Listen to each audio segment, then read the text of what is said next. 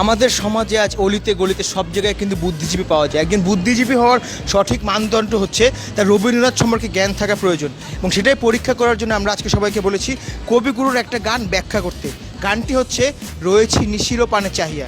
তবে মজার ব্যাপার কি, এরকম অ্যাকচুয়ালি ওনার কোনো গান নেই, তবে যে গানটা থেকে আমরা এই ইন্সপিরেশন নিয়েছি সেই গানটা হচ্ছে Waiting for tonight.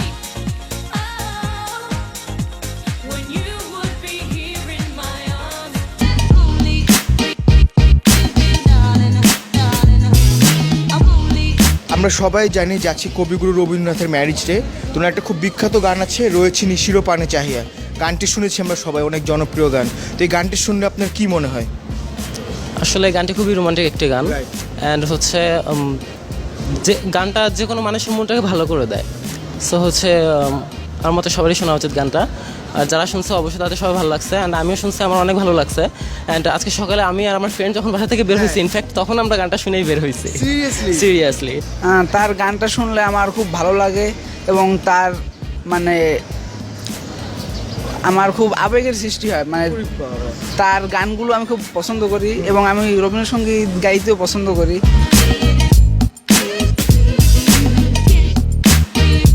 অ্যাকচুয়ালি এই গান শুনে মানে নিজের মোমেন্টাম অ্যাকচুয়ালি অন্যরকম হয়ে যায়, যেটা আসলে আর বলতে পারবো না। That's amazing.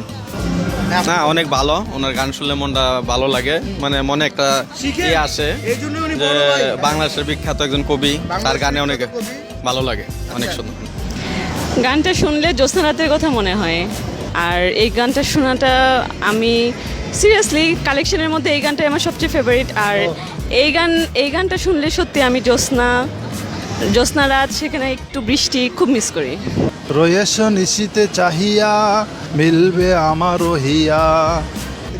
আপনার কি মনে হয় গানটার মাধ্যমে কবিগুরু কি বলতে চেয়েছেন?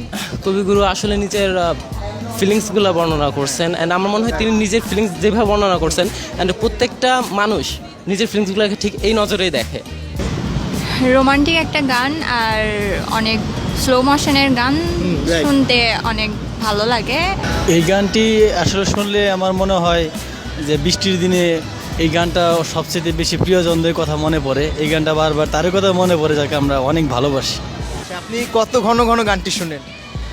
গানটা বেশিরভাগ অবসর টাইমে শোনা হয়, কারণ এই গানটা কোলাহলের সময় শোনা সম্ভব না।